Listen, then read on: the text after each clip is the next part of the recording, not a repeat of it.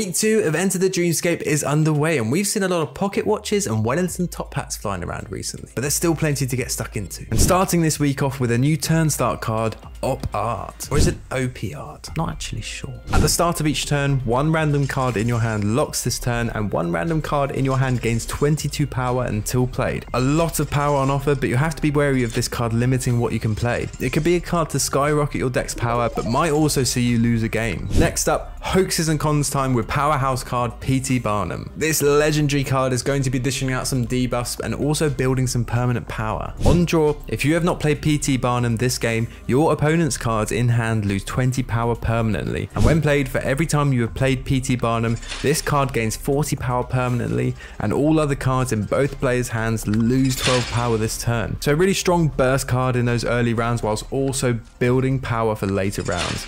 Definitely one to get hold of. And then finishing things off this week with another fiction and fantasy edition with the Pied Piper of Hamelin. When played, if it's on or before round 4, your cards with rat in the name, wherever they are, gain 20 power permanently. And on draw, if it's after round 4, your cards with rat in the name, wherever they are, lose 50 power until played. Some really interesting decks to be made with this card, and be careful when you decide to play it for the last time. It could come back to haunt you. Now that's all we've got time for this week, and there's some great cards in there to kickstart a new deck. We'll see you out in the Dreamscape, and as always, keep it Q.